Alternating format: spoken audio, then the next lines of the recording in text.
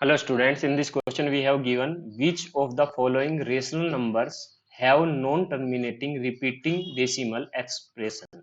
तो हमें बताना है यहाँ पर कि नॉन टर्मिनेटिंग रिपीटिंग डेसिमल कौन सा एक्सप्रेशन इसमें से दिया गया है। Option number first is 31 divide by 3125। Second option B option हमें दिया गया है 71 डिवाइड बाई 512। थर्ड ऑप्शन हमें दिया गया है 23 डिवाइड बाई 200। देखिए सबसे पहले हम बात अगर करते हैं यहाँ पर, सबसे पहले हम बात करते हैं नॉन टर्मिनेटिंग की। तो नॉन टर्मिनेटिंग अगर आप देखते हैं, नॉन टर्मिनेटिंग क्या होता है? नॉन टर्मिनेटिंग होता है हमारे पास जो नॉन रिपीटिंग होगा। मींस इसका मतलब ये रहा है कि अगर मैं डेसिमल को देखता हूं तो टू पार्ट्स में डिवाइड होता है। डेसिमल अगर हमारा पार्ट होता है तो डेसिमल में टू पार्ट से क्वेश्चन आते हैं। सबसे पहले हमारे पास देखते हैं यहाँ पर कि पहला पार्ट हमारा टर्मिनेटिंग हो जाएगा, टर्मिनेटिंग टर्मिनेटिंग और सेकंड पार्ट हो जाता है हमारे पास नॉन टर्मिनेटिंग। डेसिमल के टू पार्ट्स होते हैं, ये हमारे पास हो जाएगा नॉन टर्मिनेटिंग। दूसरे भाषा में हम इसको भी ये भी कह सकते हैं कि ये हमारे पास रिपीटेड सीरीज होती है। ये होती है हमारे पास रिपीटेड और ये हमारे पास होती है नॉन रिपीटेड। नॉन रिपीटेड, अगर हम रिपीटेड को देखते हैं तो हमारे पास कुछ इस तरह से डेसिमल होगा। ये हमारे पास एक फ्रैक्शन के फॉर्म में बन सकता है। जैसे आप देखते हैं हमारे पास ये बन सकता है किस तरह से, अगर हम बात करते हैं रिपीटिंग जो भी होगा वो सभी के सभी फ्रैक्शन बन सकता है, पर नॉन टर्मिनेटिंग कभी फ्रैक्शन नहीं बन सकता। या हम इसको कह सकते हैं कि ये हमें टू, अगर हम 2 का पावर m मल्टीप्लाई 5 का पावर n लेते हैं तो ये क्या हो जाएगा, m और n यहाँ पर होल नंबर होना चाहिए। m और n क्या होना चाहिए, होल नंबर होना चाहिए। ये सभी के सभी रेशनलाइज करने के बाद टर्मिनेटिंग डेसिमल एक्सप्रेशन देते हैं। ये टर्मिनेटिंग डेसिमल एक्सप्रेशन देते हैं अगर इस फॉर्म में हमारे पास यहाँ पर जो इसका दिया गया डिनोमिनेटर है अगर इस फॉर्म में आ जाता है तो इसका मतलब ये क्या हो जाएगा, ये हमारे पास एक टर्मिनेटिंग हो जाएगा। अगर ये इस फॉर्म में नहीं आता है तो नॉन टर्मिनेटिंग हो जाएगा। या अगर आप इसको कह सकते हैं तो यही हमारे पास एक रेशनल और ये हमारे पास इरेशनल नंबर होता है, इसको भी आप देख सकते हैं। तो अगर मैं यहाँ पर लेता हूँ 3125 का प्राइम फैक्टराइजेशन करते हैं, तो प्राइम फैक्टराइजेशन करने के बाद आप जानते हैं कि मैं इसको 5 से अगर डिवाइड कर देता हूँ तो 5 मल्टीप्लाई बाई 625 आप लिख सकते हैं इसको।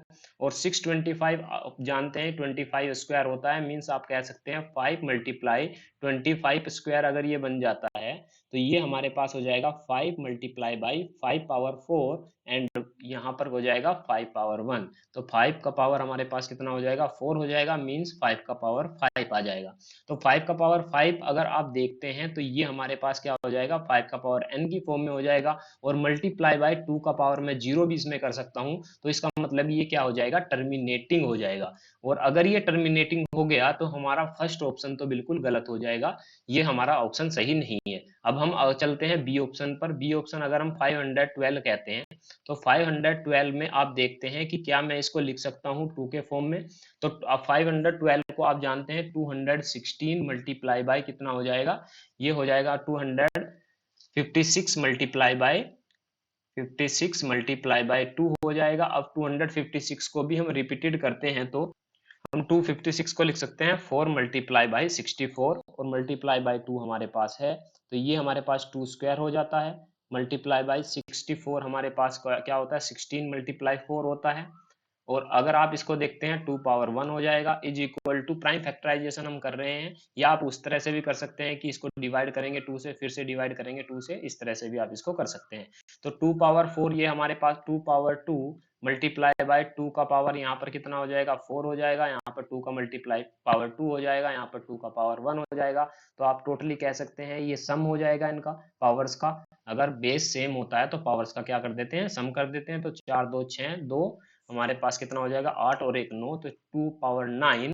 तो मैं इसे लिख सकता हूँ 5 की पावर 0 भी। यहाँ 1 क्या होता है, किसी भी नंबर अगर मैं देखता हूँ a का पावर 0 है तो इसका मतलब क्या होता है, 1 होता है। तो ये भी हमारे पास क्या हो जाएगा, एक हमारे पास टर्मिनेटिंग सीरीज हो जाएगी। अगर ये भी टर्मिनेटिंग सीरीज है तो ये हमारा आंसर नहीं हो सकता है बी भी। अगर बी भी हमारा आंसर नहीं है, अब हम चलते हैं ऑप्शन नंबर सी साइड। अगर सी को देखते हैं तो हमारे पास 200 गिवन है और 200 में आप इसको लिख सकते हैं 2 मल्टीप्लाई बाय 100 और 100 को आप लिख सकते हैं 25 मल्टीप्लाई बाई 4 मीन्स आप कह सकते हैं 2 power 1 multiply 5 power 2 multiply 2 power 2 means 5 square multiply by 2 power हमारे पास कितना हो जाएगा 3 हो जाएगा।